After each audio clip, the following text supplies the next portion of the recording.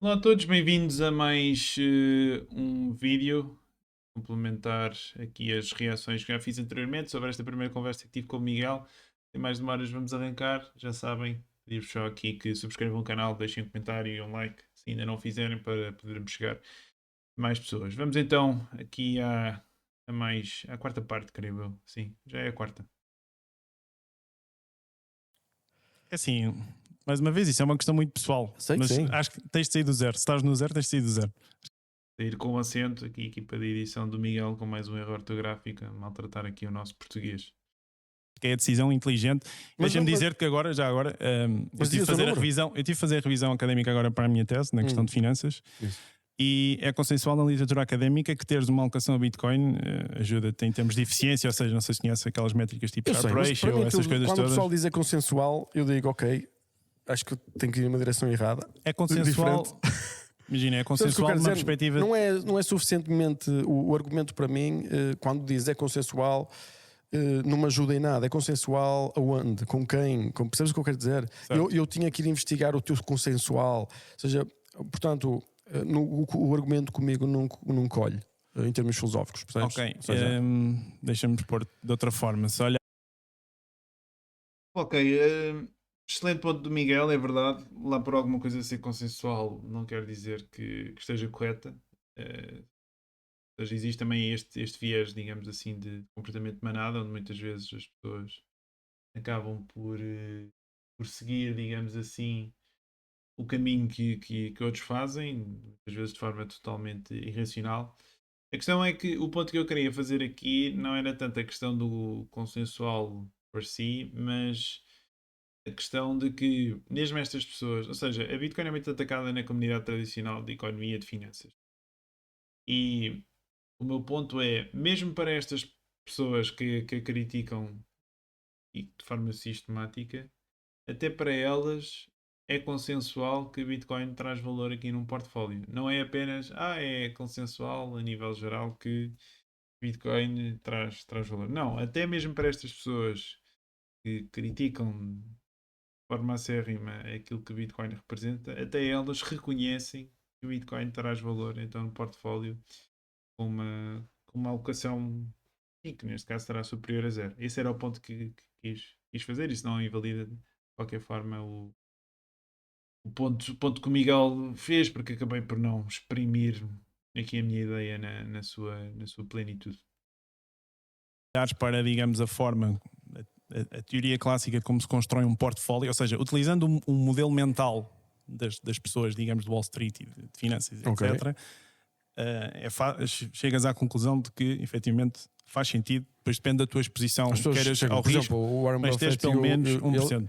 eles Aliás, odeiam Bitcoin. houve agora um relatório que saiu da BlackRock de 2022 que defendia uma alocação de 84% a Bitcoin. Mas sabes porquê? É assim, depois podemos também ter É esse para lado. ganhar dinheiro, não é? Ou seja, é para vender, não é? Ou seja, eles querem fazer, eles chegaram a aprovar ou Não, ainda não. não conseguiram? Ainda é uma discussão aberta, mas a malta está a especular que vai ser aprovado, sim. Exato. Pronto. Só aqui um rápido disclaimer, entretanto o ETF Bitcoin foi efetivamente aprovado e relativamente aqui ao facto daqueles resultados serem fidedignos ou não, compreendo o ceticismo aqui do Miguel, existem interesses comerciais. Eu, por acaso, não tive a oportunidade de olhar em detalhe aqui para o paper, lembro-me apenas de o ter lido muito praticamente antes de ter ido ao podcast e, como tal, a memória estava fresca na minha cabeça e mencionei. Mas então não tens uma opinião sobre, no teu caso, então, na tua pessoa, quanto é que tu pões dos teus ativos em percentagem em Bitcoin? É assim, isso é uma pergunta pessoal e Não queres- com não todo o queres respeito responder? não vou responder. Porque isso depois acaba por incentivar as pessoas a fazer isto ou aquilo. Mas E é sim. assim, o que eu posso dizer É é uma que opinião. eu estou numa situação pessoal em que posso me dar ao luxo de correr riscos e acho que isso é uma coisa que faz falta, sobretudo para a malta mais nova. Ou seja, como estavas a falar, não é? A diversificação é um gajo depois ficar na média. Isso. Acho que faz sentido, Mas, por exemplo, particularmente para pessoas mas que o que é ainda que não achas têm que é estabelecido. razoável? 1%, 10%, 50%, 80%? O que é que achas que é bom? Uma pergunta pessoal, Miguel. Não consegues responder? Não consigo responder. A resposta certa é sai do zero. Ok? É a Eu única, posso é a única ter, resposta que eu te posso dar. 1 cêntimo Bitcoin? É assim, estás mais protegido que se tiver zero. Ok, já vi que esta pergunta não vai funcionar. Ok, pronto. Então vamos lá ver se tu. Pronto, aqui a questão também aqui importante de frisar é sobre a minha alocação pessoal ou a alocação pessoal de outra pessoa. Existe uma regra também fundamental em Bitcoin que é nunca dizeres aqui quanta Bitcoin é que tens, o teu stack. Aliás, não só não dizeres quanta Bitcoin é que tens, como também de seguida preferires ou partilhares aqui os teus acidentes de barco aqui com as pessoas em geral, que é o meu caso. Eu estou sempre a comprar Bitcoin, mas perco sempre aqui as minhas moedas em acidentes de barco, vou buscar com os amigos e enfim, acabo por perder tudo. Acho que a mensagem ficou clara e deu para passar. E acima de tudo, se tiverem algum tipo de stack, não partilhem com ninguém. Para além, enfim, eventualmente pessoas aqui da vossa confiança. Não sei, isso depois acaba com um de vós, mas regra geral, já mais em alguma circunstância, partilhem aqui, digam a quem quer que seja quantas que Bitcoin é que tem, se não tem, e acidentes de barco acima de tudo, malta. Resolves os meus problemas com a Bitcoin. Ok? Vamos a isso. Ok, eu comprei Bitcoin há muito tempo atrás. Até Onde é que foi? minerei. Há 2013, acho eu, 2014. O que é que te chamou a atenção na altura? A tecnologia, achei que era super interessante, achei que era uma inovação e na altura fiz um cálculo que foi assim: na melhor das hipóteses, se a Bitcoin, por maluqueira da população mundial, representar 5% da massa monetária que existe em euros e em dólares, eu calculei na altura que dava mais ou menos 100 mil dólares, não é? E o que eu disse assim foi: eu minei estas bitcoins, eu nem consigo transformar isto em euros. Na altura não dava, não sei se sabes que era muito complicado em 2013, lá quando foi. A Bitcoin valia 500 dólares, ou lá o que era. Era muito complicado tu transformar as Bitcoin em euros. Nem havia regulação, não estava nada feito, era muito embrionário. Eu disse, vou fazer assim e quando isto chegar a 100 mil dólares, se acontecer esta maluqueira, vendo. Se isto não valer zero, olha, fica aí. E na altura chegou até aos 70 mil dólares, não sei se te lembras. Sim, deixa-me só interromper, desculpa, mas eu acho que as pessoas olham para Bitcoin como modelo. Fiz aqui uma ligeira interrupção, mas rapidamente só fazer o raciocínio aqui do Miguel. Deixem ver. Ora, onde é que podemos ir ver aqui a Money Supply, a oferta de dinheiro total de moeda fiduciária no mundo? Vou ver aqui no KC Myers, tínhamos sorte. Deixa eu ver aqui. Ora, porque eu tenho a ideia que estes números não estão corretos. Mas este artigo é giro. Vou pôr também aqui nos comentários para quem tiver interesse. Chama-se Bitcoin's Full Potential Valuation. E ele tem aqui um gráfico giro e vou partilhar. Aliás, vamos aqui, eu vou já partilhar com vocês. Que é, no fundo, esta imagem representativa das várias classes de ativos e do valor correspondente. Como podemos ver aqui, Bitcoin na altura estava ali 400 bis, agora está nos 1.2, ou seja, isto foi aqui em meados do 2022, estávamos em pleno bear market, o Bitcoin estava ali à volta dos 22, 23 mil dólares, qualquer coisa. Como podemos ver aqui, temos as outras classes de ativos, ou seja, 123 é então o montante que o Jesse Myers apresenta aqui como sendo o valor total aqui de moeda fiduciária. Pelo raciocínio Miguel, devia ter chegar a 5% deste valor, 5% de 123, 1.2 vezes 5 são 6,3. Bitcoin 400 bis, neste momento está nos 1.23, creio eu. Podemos ver aqui também rapidamente. Vamos aqui ao Coin Market Cap. Ou seja, 64, 1.2, 1.3, exatamente. Ou seja, pelo raciocínio de Miguel, Bitcoin teria de fazer 5 vezes, sim, 5 vezes daqui de onde está. Ou seja, chegar aos 300 mil dólares para corresponder a 5% dos 123. seja, há aqui alguma coisa no raciocínio dele que não está bem, ou então alguma incoerência a nível dos inputs, dos dados que ele utilizou para fazer a análise. Se calhar, não sei, aquilo que viu foi que não era 123, se calhar era 30, ou uma coisa assim do género. Enfim, também não vou estar aqui a fazer contas de cabeça. Também não vale a pena perder aqui mais tempo nisto. De qualquer forma, vou deixar aqui este artigo também aqui nos comentários, se quiserem ler, tem a ver aqui com o potencial de valorização de Bitcoin e como é que pode chegar efetivamente aos 7, 8 dígitos. Sei que pode parecer um pouco absurdo, mas existe um racional bastante sólido por trás destas mesmas teses. Voltando ao vídeo então. Mental errado, ou seja, porque não é efetivamente Bitcoin está a valorizar, é o euro que está a desvalorizar. Ou seja, as pessoas, por exemplo, na questão do imobiliário, acham que estão a ficar ricas a comprar uma casa. Tu não estás a ficar rico quando compras uma casa, tu estás apenas a acompanhar e a preservar poder de compra, enquanto que a moeda está-se a derreter. Ou seja, tiveste aqui um argentino, foi na semana passada. Isso, e a moeda seja, é suposta derreter-se. É suposto derreter-se? Objetivamente. Ok, então. Ok, Miguel já está aqui a partir para outro tema, mas queria enaltecer este ponto, ou seja, as pessoas nos dias de hoje olham para o imobiliário e têm esta sensação que estão a ficar ricas, mas essa criação de riqueza vem sobretudo da utilização de alavancagem, porque é isso que efetivamente permite ganhos mais gordos nos nossos investimentos, porque se olharmos para aquela que tem sido a evolução de preço metro quadrado, claro que se calhar tem havido uma pressão maior, sobretudo aqui nas zonas urbanas de Lisboa-Porto, mas aquilo que podemos observar, particularmente para a zona do litoral, que é onde existe atividade económica com maior intensidade, é que esse preço metro quadrado andará com certeza a subir mais ou menos ao ritmo daquela que é a subida média do custo de vida. Ou seja, e porquê é que isso acontece? Porque, como estava a referir aqui, o dinheiro está a perder valor. Dinheiro ou seja, a moeda fiduciária são uma espécie de cubos de gelo que vão a derreter em 5, 6, 7, 8, 9% ao ano. O ritmo do seu descongelamento, digamos assim, é depois alvo de debate. Mas é isto que é fundamental as pessoas também perceberem, porque têm de fazer um flip do que respeita à forma como estão a olhar para o mundo à sua volta. Não é propriamente as casas que estão a valorizar, são sim as poupanças e o dinheiro que perde valor. E naturalmente, com um ativo que está desenhado pelas suas características para, pelo menos, mais ou menos, preservar esse mesmo valor, se está cotado numa coisa que está a perder valor, naturalmente que eu vou precisar de mais unidades dessa coisa que está a perder valor para comprar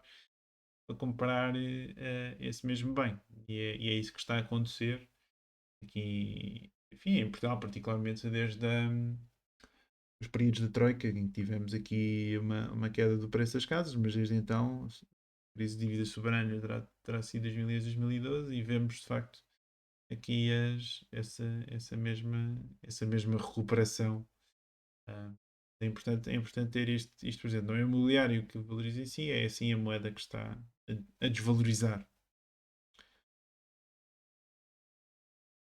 Ou seja, elaborar esse. Elabora, ou seja, tu tens que pensar isto. Eu depois vou falar neste tema, mas que estava aqui a falar, mas só para entrarmos na conversa. Ou seja, este podcast, se tu me conseguires acompanhar, e eu acho que tu consegues, vai ser pesado. Ou seja, porque vamos falar em coisas que é preciso ter um bocado de formação para perceber o que nós estamos a falar. Porque é tudo muito abstrato. Sabes que a parte financeira é tudo relativo, é tudo conectado, não é?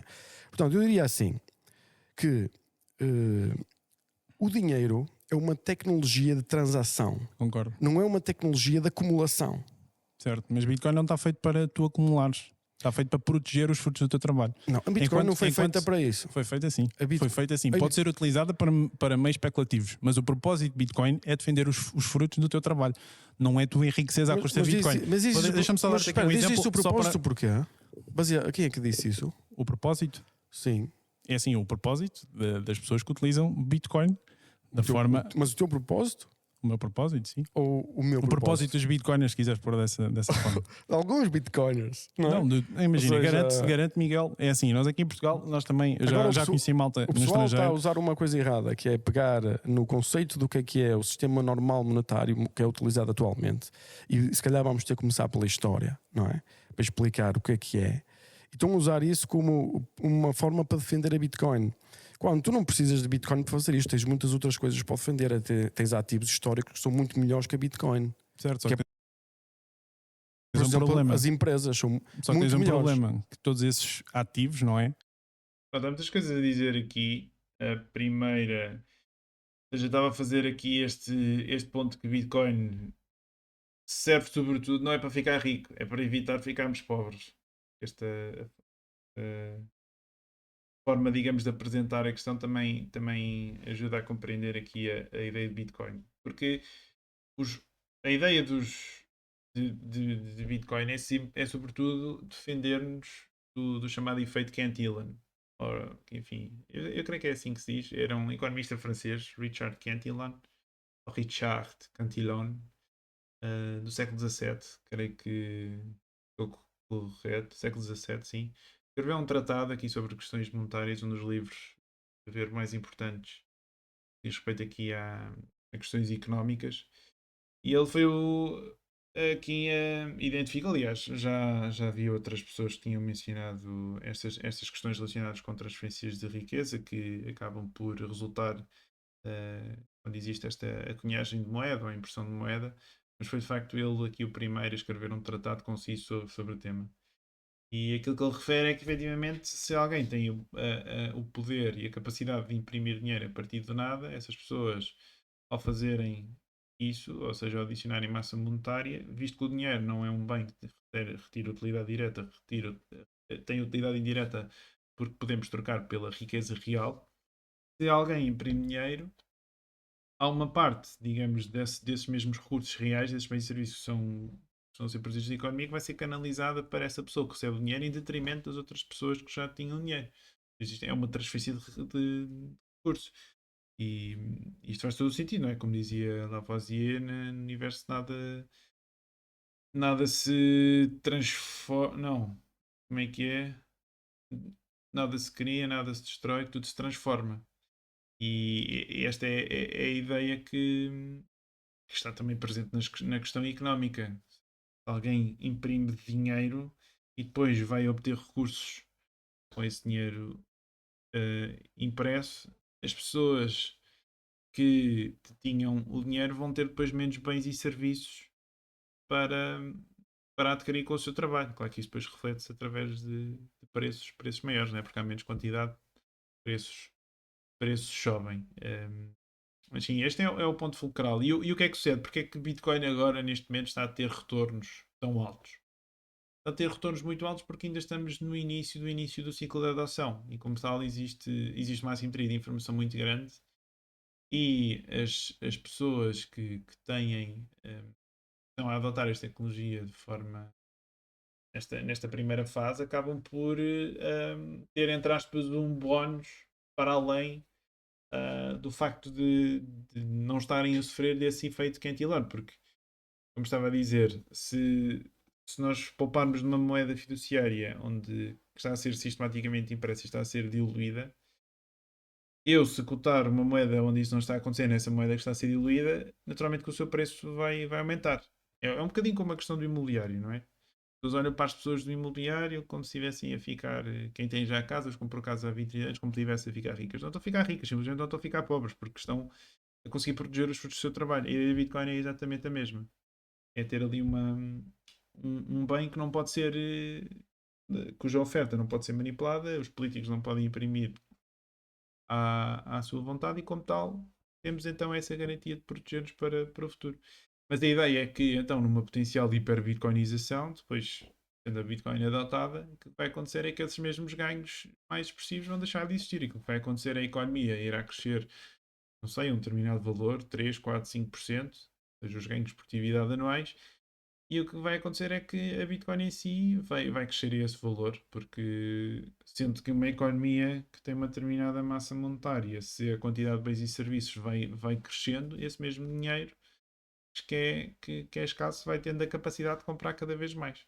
Ou seja, a ideia é que então numa hiperbitcoinização a valorização de Bitcoin vai acompanhando então os ganhos de produtividade na economia. Será já numa fase mais posterior. Ou seja, para resumir então, estes ganhos mais expressivos que existem inicialmente devem ser essa assimetria de informação e ao facto das pessoas estarem a adotar esta tecnologia enfim, primeiro do que todas as outras. Claro que isto, enfim, depois pergunta, então isso será justo, será menos justo? Isso depois é sempre uma avaliação subjetiva e se calhar a melhor coisa que podem fazer é mesmo, como disse anteriormente, é sair do zero e ter alguma coisa caso isto vai para a frente. Esse é o maior risco, não é? Que era o que eu disse, o Warren Buffett e essas mesmas pessoas são críticos, mas correm o risco depois de, se calhar o Warren Buffett não, né? Mas o neto dele, se calhar vai haver um dia em que vai querer um papo seco para comer e o padeiro vai dizer, pá, não, só aceito SATs. Aceito SATs, não quero nada dessas coisas de média fiduciária. Depois, mas se calhar na altura, um Satoshi vai valer muito mais, mas mesmo muito mais do que aquilo que vale hoje, não é? E acho que é razoável e é inteligente então ter já aqui alguma exposição. Mas já sabem, na recomendação de investimento, só mandar aqui uns bitites, façam sempre o vosso research, ok? Acho que fechamos então aqui mais um vídeo. Iremos fazer aqui continuar estas reações, esta panóplia de reações aqui brevemente. Já sabem, de resto, se gostarem, likes, comentários, perguntas e um abraço.